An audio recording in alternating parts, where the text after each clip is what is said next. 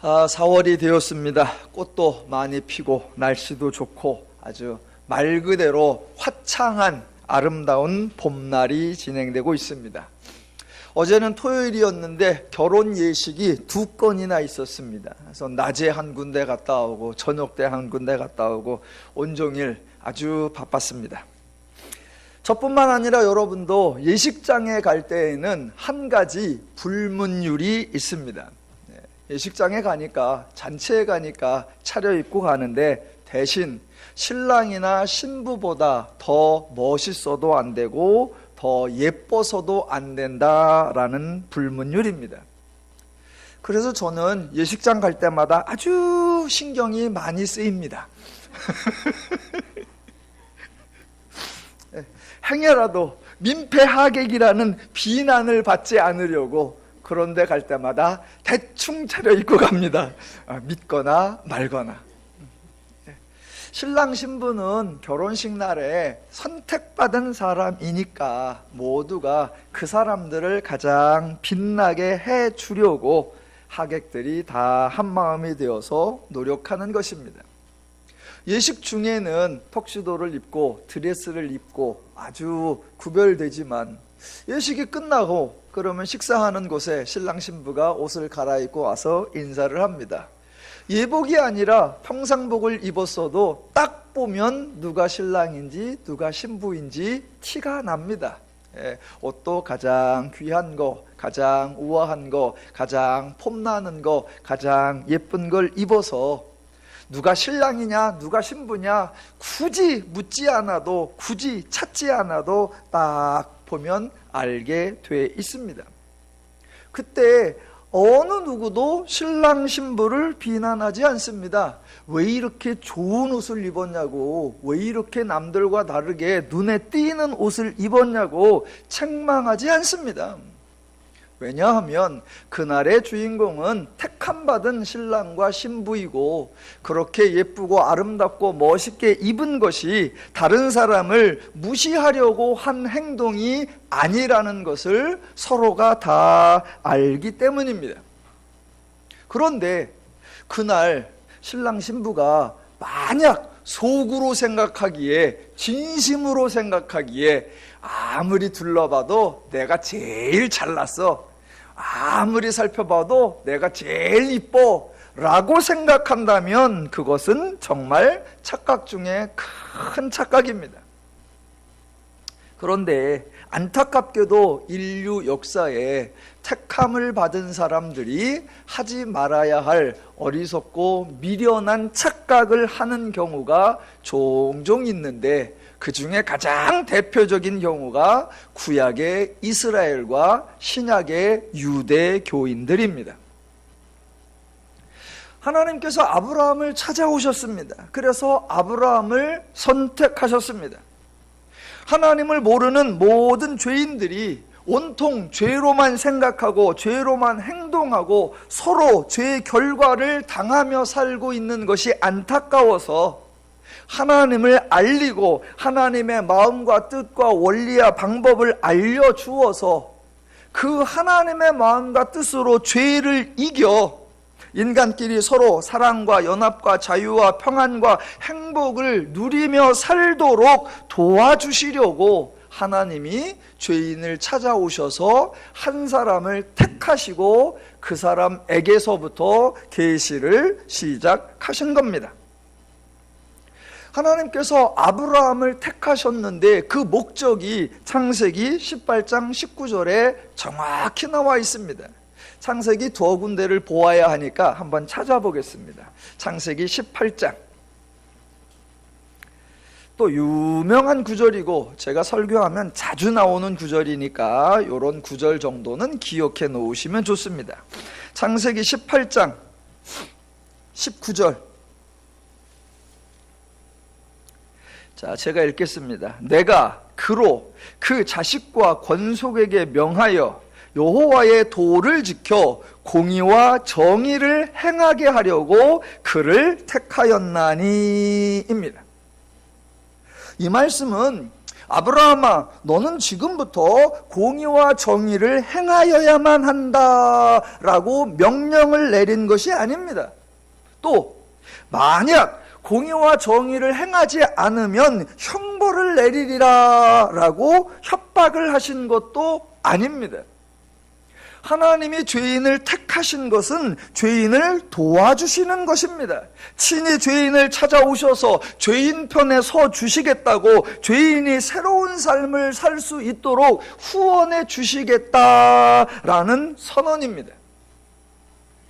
성경에 하나님께서 죄인에게 하나님 자신을 소개하는 표현이 나옵니다. 아브라함을 선택하셨으니까 그 아브라함을 대표로 해서 아브라함에게 하나님이 나는 누구누구이다 또는 나는 무엇이다 라고 소개하는 그 하나님의 자기소개가 나오는데 두 군데만 보겠습니다. 정말 멋있습니다. 자, 한 두 장만 앞으로 가셔서 창세기 15장 1절을 보겠습니다.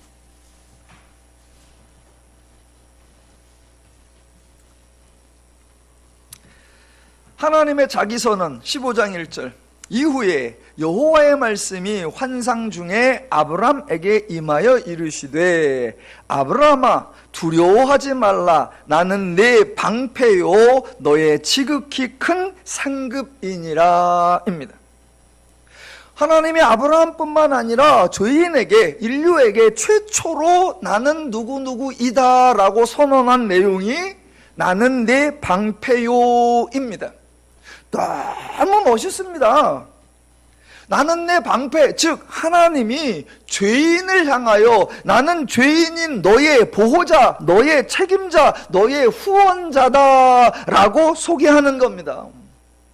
하나님이 친히 죄인을 찾아오셨고 그 죄인을 위하여 친히 수고하여 주셔서 내가 너를 보호하고 내가 너를 책임지는 그런 존재, 그런 역할이 되어주겠다라고 하는 겁니다.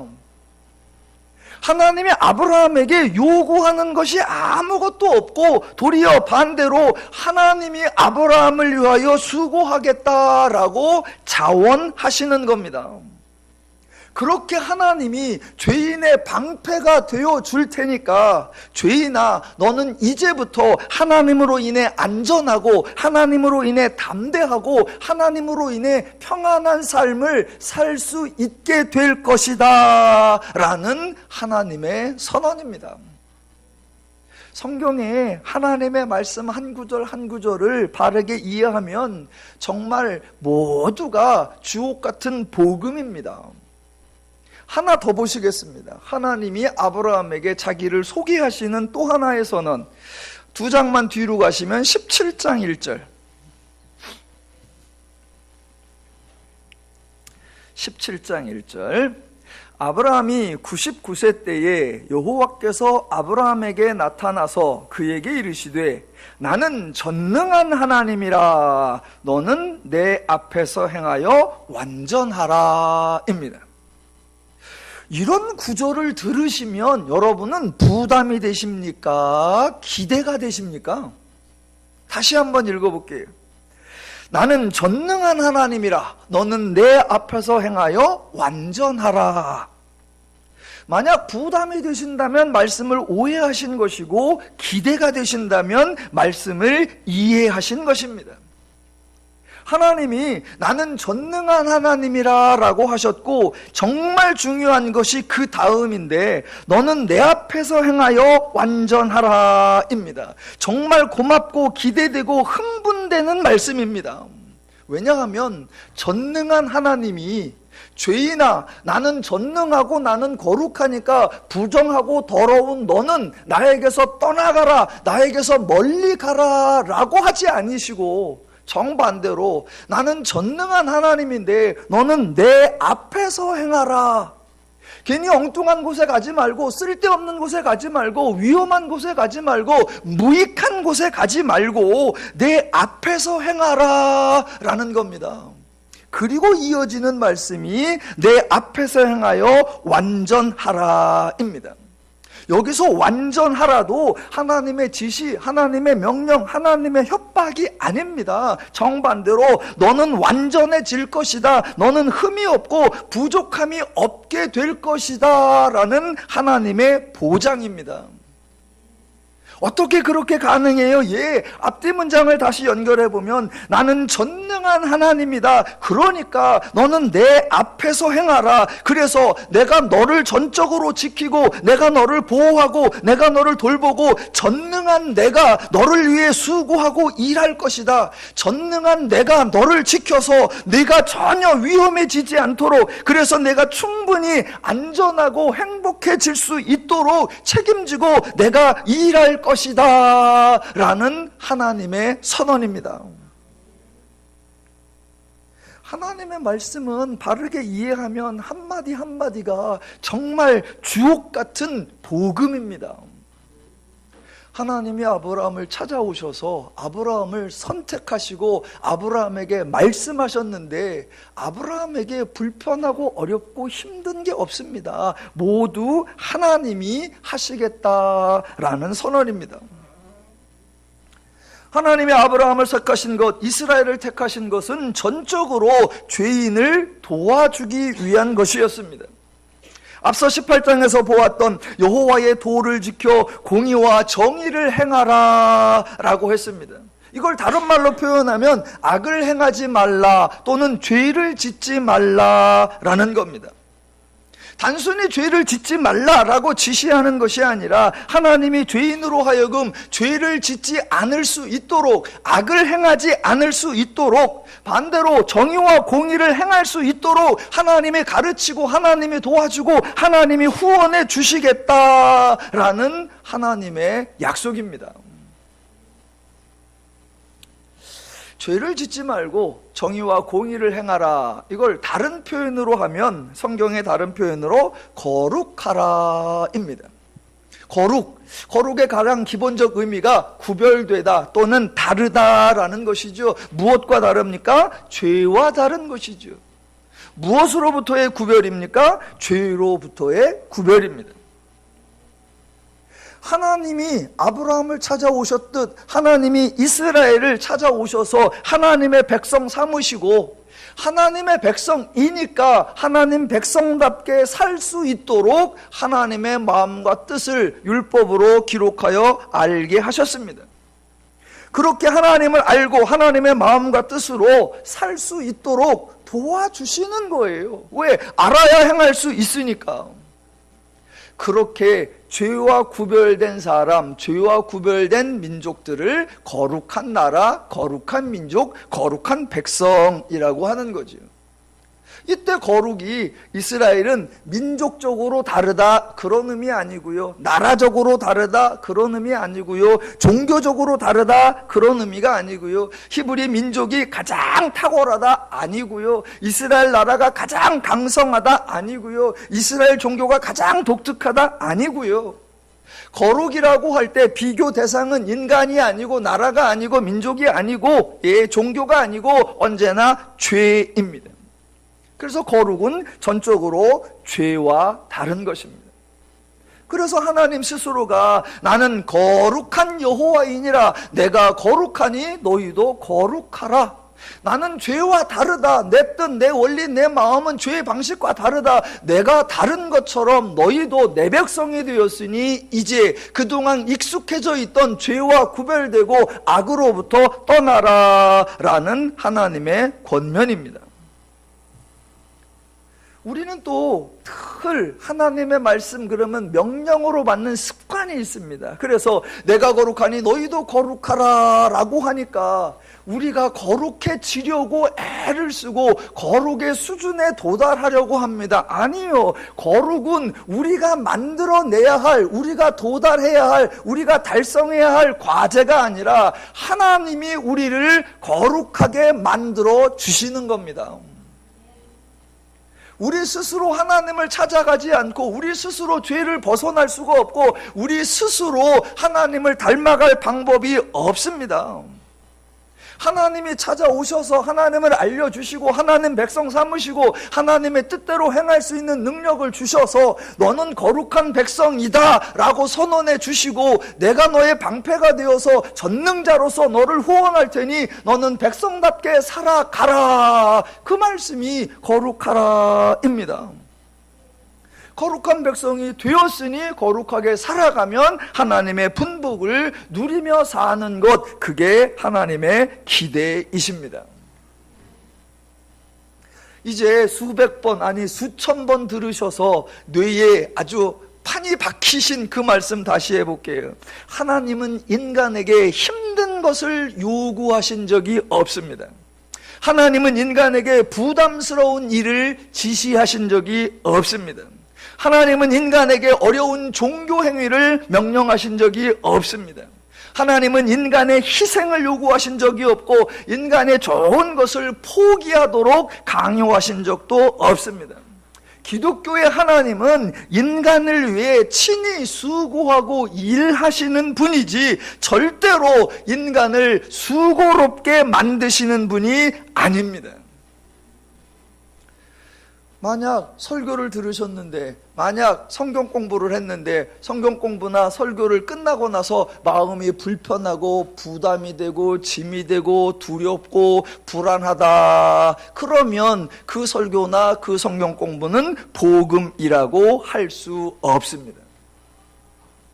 여러분이 내가 지금 신앙생활을 잘하고 있나, 내가 교회 생활을 제대로 하고 있나 점검하시려면 언제나 한 가지만 기억하시면 됩니다. 내가 교회 가는데 마음이 편안한가, 말씀을 들으려고 하는데 기대가 되는가, 성도를 만나니까 즐거운가, 설교를 들으니까 은혜가 넘치고 참 기쁘다, 그렇게 되는가. 그래서 말씀이나 성경 공부나 주일 예배나 모든 것이 복음으로 들리면 신앙생활을 바르게 하고 있구나 라고 인정하시면 되고, 영 불편해, 설교를 들을 때마다 영 찜찜하고 성경 공부하면 괜히 했다 싶고 영 힘들어, 그러면 어딘가 신앙이 고장이 난 것입니다. 예, 하나님이 인간을 택하신 것, 하나님이 인간을 거룩하게 하신 것은 전적으로 인간을 행복하게 하려는 하나님의 은혜였습니다. 그런데 희한하게도 구약에 보면 하나님의 택하심을 받았다고 하는 이스라엘이 그 택하심을 전혀 이해하지 못했습니다. 그래서 자기들이 하나님의 거룩한 백성이 되었다는 사실을 전혀 누리지 못했습니다. 구약 성경을 읽어보면 확인할 수 있는 게 있습니다. 구약의 이스라엘의 주특기는 하나님 버리기, 하나님 떠나기, 하나님 잊기였습니다. 구약의 이스라엘의 유일한 소망은 다른 나라들과 같아지기, 모든 나라들과 똑같아지기, 그거였습니다. 즉 하나님의 택하심을 포기하고 하나님의 거룩한 백성임을 부인하는 것이었습니다. 그 결과 이스라엘은 불행이었습니다. 거룩하지 않으니까 하나님이 심판하고 형벌을 내리신 것이 아니라 아주 단순하게 거룩을 포기하고 택하심을 인정하지 아니하고 죄를 지니까 죄의 결과를 당하여 곤고한 삶을 살았습니다. 하나님의 복을 차버렸으니 남은 건 불편한 삶뿐이었습니다. 구약의 이스라엘은 하나님의 택하심의 의미를 알지 못했고 택함받은 은혜를 전혀 누리지 못했습니다. 그런데 구약에서 신약으로 넘어가면 이스라엘이 완전히 돌변을 합니다. 구약의 말라기부터 신약의 마태복음까지 그 중간이니까 구약과 신약의 중간시대라고 하고요, 대략 400년 정도의 공간이 있습니다. 요 400년 사이에 이스라엘이 완전히 돌변을 합니다. 자, 구약에서는 이스라엘이 주로 하나님을 떠나고 하나님을 버리고 하나님을 잊었습니다. 그런데 그 400년이 지난 후에 이스라엘은 오직 하나님만 믿기로 작정을 합니다. 그 전에 구약에서는 하나님이 주신 율법을 정말 징그럽게 따르지 않았었는데 그 400년이 지난 후에 이 사람들이 율법을 절대적으로 지키겠다라고 다짐을 합니다. 구약에서는 이스라엘이 우리는 택함받은 백성이다 라는 사실을 완전히 무시했는데 그 400년이 지난 후에는 우리들은 택함받은 백성이다 라고 하는 선민 사상으로 정신무장을 해버립니다. 그래서 구약의 이스라엘과는 완전히 다르게 그 400년 동안에 돌변한 이스라엘, 이 이스라엘을 뭐라고 부르냐? 유대교라고 부르는 겁니다. 구약의 이스라엘과 신약의 이스라엘은 민족으로는 히브리 민족 같은 민족이고 나라로는 이스라엘 나라 같은 나라인데 그들의 사고방식, 그들의 인식체계는 완전히 다릅니다. 완전히 달라요. 조금만 더 설명해 볼게요. 구약에서 이스라엘은 늘 하나님을 버리고 이방 민족을 따라갔습니다. 이방의 신들을 수입해서 섬겼고요, 이방의 방식들을 따라서 살았고요, 이방인들과 교제하는 것, 이방인들과 섞여 사는 것, 이방인들과 함께 하는 것 전혀 마다하지 않았고 꺼려하지 않았습니다. 그런데 복음서에서의 유대인들은 우리는 택함받은 선민이다라는 사상이 철저해서 이방인들을 적대시합니다. 자신들만 하나님의 선택받은 백성이라고 이 생각이 얼마나 강렬한지 이방인과 교제하는 것 자체를 아주 거부합니다. 가장 대표적인 예가 사도행전 10장에 나오는 베드로가 고넬료의 집에 가는 사건입니다. 하나님이 꿈에 나타나서 고넬료의 집에 가라 그랬더니 안 갑니다. 하나님께서 3번이나 보자기 환상을 통해서 고넬료의 집에 가라라고 하니까 등 떠밀려 가듯이 고넬료 집에 가기는 갑니다. 집에 가니까 고넬료가 문을 열고 환영을 하니까 기왕에 왔는데 고운 말을 하면 좋은데 그때 한다는 소리가 뭐라고 합니까? 이르되 유대인으로서 이방인과 교제하며 가까이 하는 것이 위법인 줄은 너희도 알거니와 입니다. 예, 물론 하나님이 이스라엘의 조상인 아브라함을 선택하신 것은 맞습니다. 그러나 하나님은 배타적이 되라고 선택을 한 것이 아니었습니다. 인간과 인간을 차별화하고 민족과 민족을 구별지으라고 나라와 나라를 나누려고 선택한 것이 절대로 아니었습니다. 하나님의 선택, 하나님의 거룩은 죄로부터의 거룩, 죄로부터의 구별이었는데 이 유대교는 죄로부터의 구별이라는 사고는 온데간데 없고 엉뚱하게 선민의식으로 무장되어서 민족적 배타성만, 인간적 배타성만 가득 차버렸습니다. 구약에서는 하나님의 택하심을 받아놓고도 그 택하심을 이해하지도 못하고 누리지도 못하더니 신약의 복음서의 유대교에서는 그 선택하심을 배타적으로 왜곡하고 인간관계를 파괴하는 수단으로 잘못 사용하고 있는 것입니다. 여러분, 베드로가 고넬료의 집에 가면서 뭐 이방인과 교제하는 게 위법이다 그 말이 그렇게 심각하냐? 예, 엄청나게 심각한 겁니다. 왜냐하면요, 지금 그 말을 한 베드로가 복음서의 베드로가 아닙니다. 그 사건이 마태, 마가, 누가, 요한복음에 나오는 게 아니라 사도행전에 나옵니다. 사도행전에서도 1장, 2장에 나오는 것이 아니라 사도행전 10장에 나옵니다.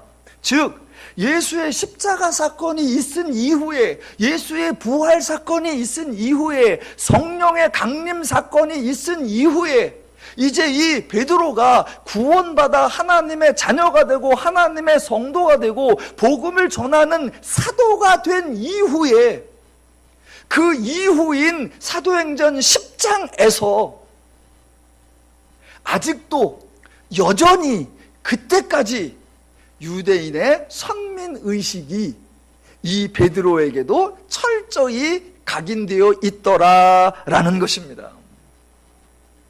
얼마나 이 민족적 배타성, 선민의식이 강하였으면 구원으로도 아직 못 바꿨습니다. 성령 강림으로도 아직 못 바꿨어요. 자기가 가서 병 고치는 능력을 행해놓고도 아직 못 고쳤습니다. 선민의식이 그렇게 철저하게 그들 사고방식에 깔려 있었습니다. 하나님 말씀을 듣고 그 하나님 말씀을 전하러 가면서도 유대인이 이방인과 교제하는 건 위법이야. 그것보다 더 심한 게 뭔 줄 아십니까? 고넬료의 집에 들어가서 말씀을 전했습니다. 그랬더니 이런 사건이 일어납니다. 43절.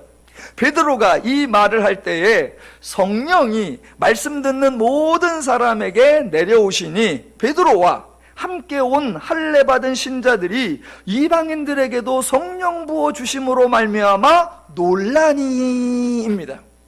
여러분도 놀랍죠? 예.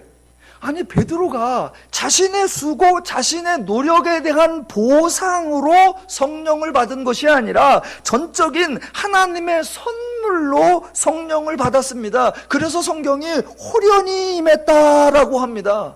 아니, 자기도 호련히 선물로 성령을 받았으면서 그 성령이 자기들에게만 올 줄로 생각하고 있었던 겁니다. 그러니까 고넬료 집에 성령이 임하니까 깜짝 놀라면서 성령이 이방인에게도 내리나? 라고 놀랐다고 합니다. 자기들만 배타적인 것이 아니라 하나님도 배타적인 분이라고 완벽하게 오해한 것입니다. 자, 이스라엘이 신약에 지금 복음서와 사도행전 시대의 유대교인들이 이렇게 택하심에 대한 배타성이 강했구나 라는 사실을 인식하시면서 4절을 보셔야 합니다. 오늘 데살로니가전서 1장 4절. 하나님의 사랑하심을 받은 형제들아 너희를 택하심을 아노라 입니다. 자, 빨리 놀래세요. 우와, 놀라셔야 합니다. 바울의 용어 선택이 기절초풍할 정도이라는 것을 여러분이 분별하셔야 합니다. 지금 바울은 단어 하나하나, 표현 하나하나, 구절 하나하나 아주 심사숙고하여 가장 기독교적인 내용이 되도록, 가장 복음적인 내용이 되도록 애써 노력하고 있는데 그 중에 하나가 바로 택하심이라는 단어입니다. 이 택하심, 이거는요, 그 당시에 유대교인들만이 가지고 있는 유대인들만의 절대적 자부심이었습니다. 오직 유대인만 택하심을 받았다라고 주장을 했습니다. 구약에서 남왕국이 바벨론한테 망하죠. 그 이후로 이스라엘이 계속 압제를 받습니다. 바벨론에게 압제를 받고 얼마 지나서 바사라는 나라의 압제를 받고 얼마 지나서 마케도니아라는 나라의 박해를 받고 잠깐 동안 한 100여 년 정도 독립을 했다가 다시 로마라는 나라의 박해를 받아서 지금까지 이어져 오고 있습니다. 그러니까 이스라엘이 계속 수백 년에 걸쳐서 압박과 서름을 받고 있으니까 참으로 버티기 힘든데 그때 자기들이 버틸 수 있는 유일한 소망이 뭐냐? 우리는 하나님의 택함 받은 백성이다. 그래서 비록 지금은 이렇게 연약하고 곤고한 삶을 살고 있지만 하나님이 택함 받은 사람들을 위하여 메시아를 보내서 저 이방인 따위들을 싹 물리치고 택함 받은 우리를 영화롭게 해낼 것이다 라는 그 유일한 희망, 그 유일한 자존심이 이스라엘을 버티게 하고 있습니다. 그래서 이스라엘은 택하심, 우리는 택함 받았다, 이게 절대적인 정신적 지주 역할을 하고 있는 겁니다. 그런데 유대인 바울이 그냥 유대인이 아니라 정통 유대교인인 바울이 당대 유대교의 행정체계인 사내들인 공의회 회원 출신인 바울이 당대 스카이캐슬에 해당하는 가말리엘 문화생 출신인 바울이 데살로니가 사람, 즉 이방인들에게 편지를 썼는데 그 편지 내용이 뭐냐? 너희를 택하심을 아노라입니다. 놀라셔야 된다니까요. 놀라시는 표정을 좀 지으십시오. 우와, 이 단어가 지금 어마어마하구나.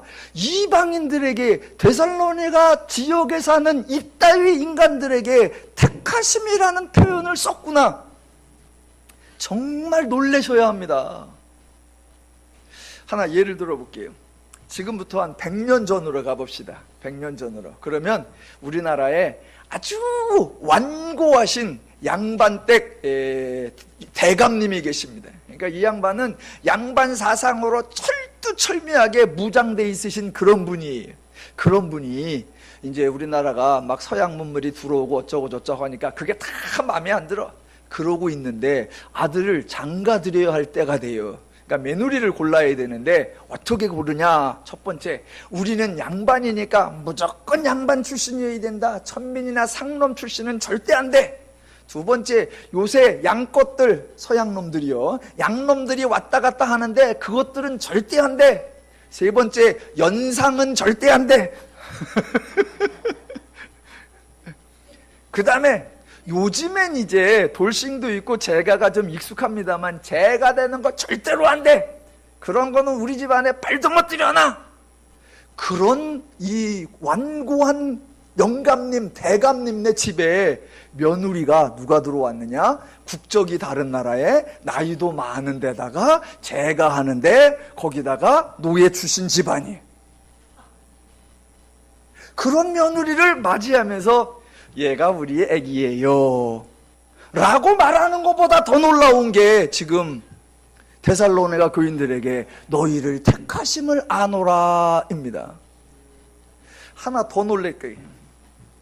목회자 세계로 한번 예를 들어볼게요. 우리 침례교는 이제 여성분들에게도 목사 안수를 주어서 여자 목사가 있습니다. 그러나 우리나라의 어떤 교단은 아직도 여성 안수를 절대 안 줍니다. 그래서 여성 안수 인정을 안 해요. 그래서 여성 안수 받은 목사님이 있어도 상종을 안 하고, 여자 목사님은 강단에 올라오지도 못하고, 여자 목사님은 치지도 않아요. 그런 교단에 예를 들면 총회장을 지낸 아주 완고하신 연로하신 목사님이 어느 날 젊은 새파란 이제 30 갓 된 젊은 여자 목사님을 세워서 그 목사님에게 안수받는 거, 그거보다 더 놀라운 거예요. 그거보다 더 놀라운 거예요. 그거보다 더 놀라워. 당시 유대교는 유일하게 버틸 수 있는 힘이 하나님이 우리를 택했다, 우리만 택했다라고 하는 그 택하심의 배타성이 꽉 차 있었는데, 지금 바울이 데살로니가 이방인 성도들을 향하여 하나님이 너희를 택하심을 아노라 라고 말하고 있단 말입니다. 이제 택하심은 배타적인 용어가 아니라 하나됨, 일치됨, 연합의 용어가 되었습니다. 유대교에서는 택하심이 인간을 분열시키고 갈등과 투쟁을 야기하는 요소이었지만, 기독교에서는 인간을 서로 사랑하고 화평을 누리게 하는 근거가 되었습니다. 하나 더 실감나게 예를 들어드리면, 랍비, 유대교에서 랍비에게 젊은 어린 소년이 랍비에게 물으러 갑니다. 가서 그동안 자기 어린 소년도 우리는 택함 받은 자다, 우리는 선민이다, 그런 사상이 꽉 차 있는데 주변에 이방인들이 널려 있단 말입니다. 그래서 이 소년이 랍비를 찾아가서 질문을 해요.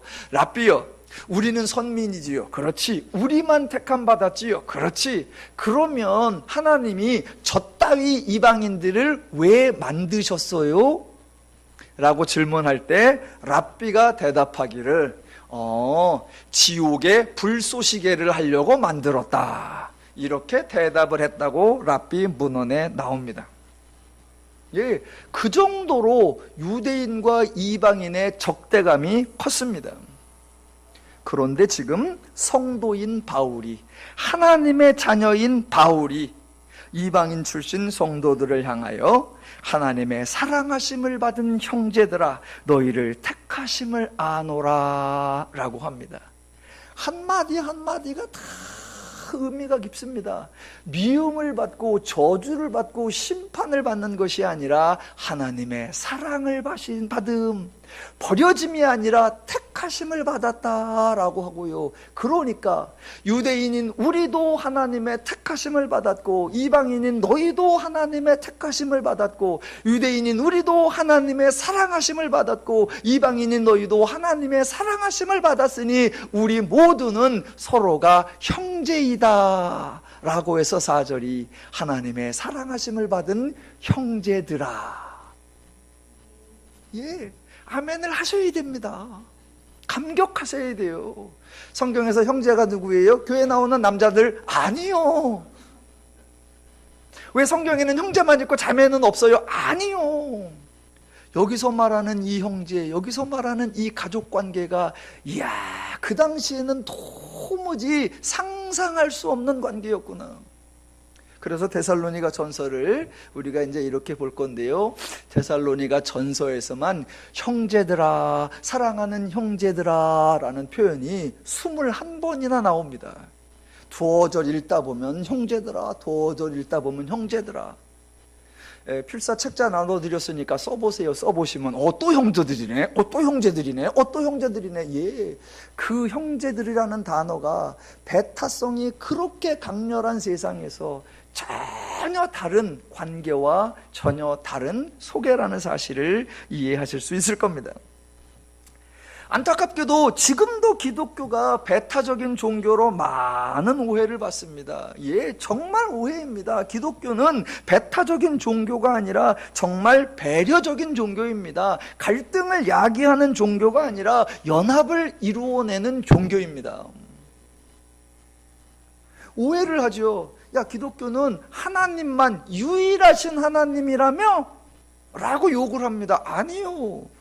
유일하신 하나님이라고 주장을 하지요. 그 주장은 배타적인 게 아니라 배려적인 주장입니다. 만약 신이 여럿이 있다면 성도는 하나님이 도와주시고 다른 사람들은 다른 신이 도와줘야 돼요. 그런데 다른 신이 없고 오직 하나님만 계시다고 하니까 하나님이 성도도 도와주셔야 되고, 하나님이 죄인도 도와주셔야 되고, 하나님이 불자도 도와주셔야 되고, 하나님이 무슬림도 도와주셔야 되고, 하나님이 다 도와주셔야 됩니다. 왜? 하나님만 유일하신 분이니까. 그게 배타적이에요? 유일하신 하나님이라 하나님을 부인하는 자도, 하나님을 거부하는 자도, 하나님을 원망하는 자도, 하나님을 떠나는 자들에게도 동일한 해를 주시며 동일한 비를 주시며 동일한 은혜를 주신다. 얼마나 멋있습니까? 이게 기독교고, 기독교는 배려적인 종교입니다. 저도 기독교는 다르다, 하나님은 다르다 이런 표현을 자주 쓰죠. 타 종교와 다르다는 것이 아니고, 제가 다르다는 건 비교 종교학이나 비교 인종학이 아니라 오직 하나, 죄와 다르다라는 겁니다.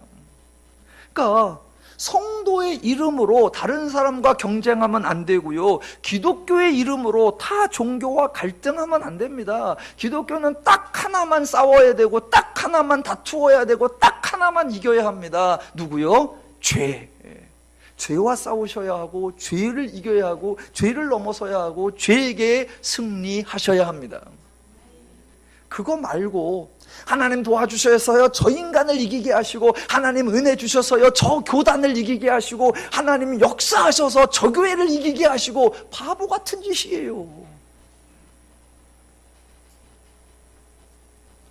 그거보다 더 바보 같은 짓은 같은 교회에서 성도끼리 싸우는 거, 같은 길 위에서 성도와 목사끼리 싸우는 거, 정말 바보 같은 거예요.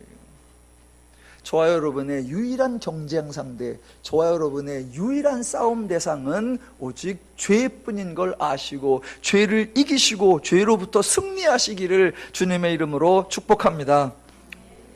5절을 보시겠습니다. 5절. 이는 우리 복음이 너희에게 말로만 이른 것이 아니라 또한 능력과 성령과 큰 확신으로 된 것임이라. 여러분이 깜짝 놀라셨어야 합니다. 다음부터는 읽으면 무조건 놀래세요. 바울의 용어 선택이 기절초풍할 정도라는 점을 분별하셔야 합니다. 지금 바울은 단어 하나하나, 표현 하나하나, 구절 하나하나 아주 심사숙고하여 가장 기독교적인 내용이 되도록, 가장 복음적인 내용이 되도록 노력하고 있습니다. 목사님 그 말 아까 했는데요. 예, 알고 있습니다. 바울이 애쓰는 것처럼 저도 반복하여서 강조하고 있는 중입니다. 자, 지금 5절, 이는 우리 복음이 너희에게 말로만 이른 것이 아니라 또한 능력과 성령과 큰 확신으로 된 것임이라. 이게 깜짝 놀래야 되는 표현입니다. 왜냐하면 자, 사도행전의 17장에 보면 바울이 아덴이라고 하는 지역에 가서 사람들에게 복음을 전하는 그런 장면이 소개가 됩니다. 자, 그 중에 제가 도구절을 읽어드려 볼게요. 사도행전 17장 16절. 바울이 아덴에서 그들을 기다리다가 그 성에 우상이 가득한 것을 보고 마음에 격분하여 회당에서는 유대인과 경건한 사람들과 또 장터에서는 날마다 만나는 사람들과 변론하니 어떤 에피쿠로스와 스토아 철학자들도 바울과 쟁론할세. 어떤 사람은 이르되 이 말쟁이가 무슨 말을 하고자 하느냐 하고, 어떤 사람은 이르되 이방신들을 전하는 사람인가 보다 하고, 21절 모든 아덴 사람과 거기서 나그네 된 외국인들이 가장 새로운 것을 말하고 듣는 것 이외에는 달리 시간을 쓰지 않음이더라 입니다. 자, 보세요. 그 당시나 지금이나 사람들이 변론을 하려면 말로 하고, 쟁론을 해도 말로 하고, 가장 새로운 것을 설명해도 말로 하고, 복음을 전하는 것도 말로 합니다. 그래서 말로 하는 건 지극히 당연한 거예요. 여기서 갑자기 난 말로 안 해, 행동으로 해. 난 말로 안 해. 말로 안 하면 뭘로 하시게요? 예, 말로 하는 건 당연합니다. 그런데 문제는 말로 하는 것이 문제가 아니라 말만 하는 것이 문제입니다. 공부 못하는 학생에게 시험 잘 봐라 라고 말합니다. 예, 좋은 말입니다. 시험을 잘 보라고 하니 격려가 되는 말이죠. 그런데 시험을 잘 보라고 말은 하는데 시험을 잘 볼 수 있도록 공부는 가르쳐주지 않더란 말입니다. 소경된 자에게 길 조심하세요 라고 합니다. 예, 고마운 말이에요. 다치지 말라고 하니 얼마나 사랑스러운 말입니까? 그런데 길을 잘 볼 수 있도록 소경의 눈을 고쳐주지 않고 말만 합니다. 안식일에 제자들이 배고파서 지나가고 있습니다. 그랬더니 유대인들이 와, 힘내라고 말을 하면 예, 얼마나 힘이 나는 말이에요. 그런데 힘내라고 말만 할 뿐 힘낼 수 있도록 먹을 것은 주지 않더라는 말입니다. 죄인들에게 악을 행하지 말고 선을 행하세요. 예, 정말 의로운 말입니다. 그런데 죄인에게 죄를 이길 수 있는 힘, 선을 행할 수 있는 능력을 주지 않고 말만 하더라라는 겁니다. 세상의 교훈, 세상의 윤리, 세상의 철학은 모두 좋은 말입니다. 그런데 오직 말만 합니다. 말해놓고 자기가 하는 말을 책임지지 않고 자기가 하는 말이 이루어질 수 있도록 상대방을 위해 수고하지 아니하고 상대방을 변화시키지도 아니하고 오직 말만 합니다.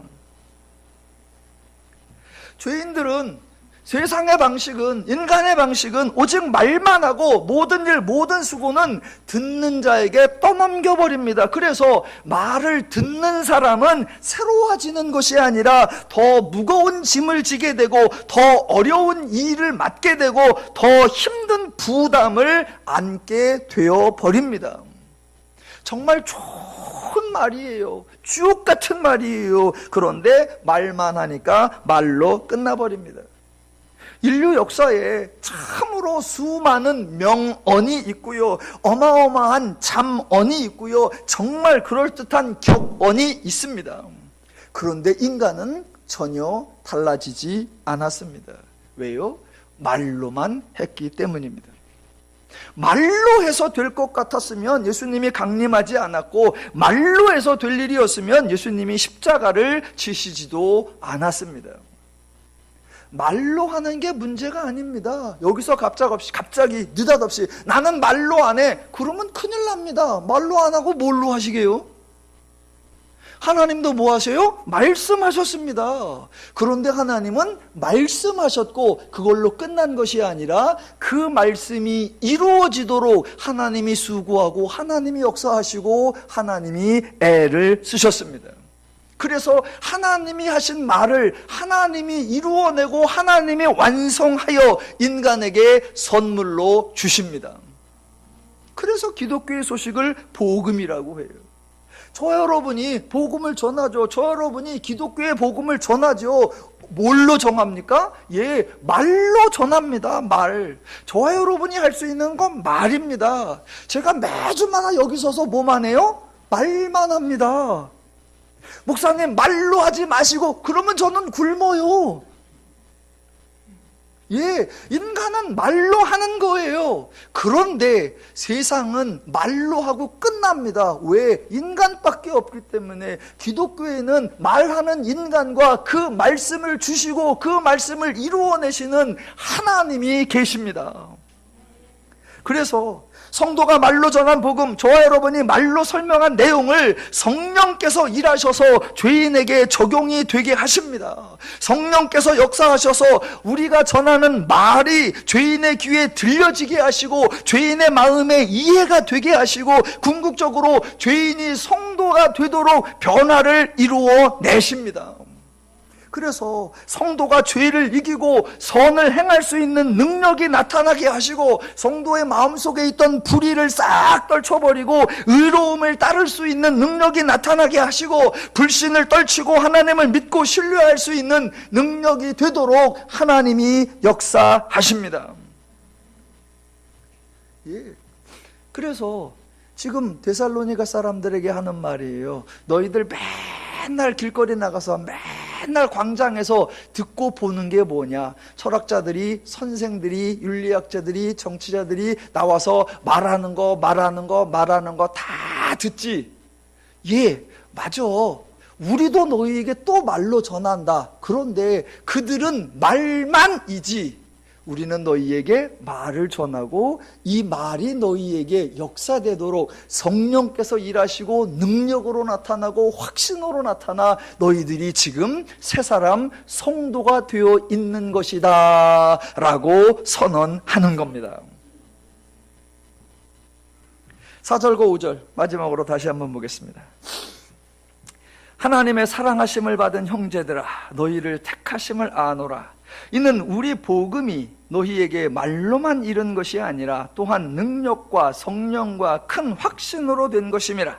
우리가 너희 가운데서 너희를 위하여 어떤 사람이 된 것은 너희가 아는 바와 같으니라.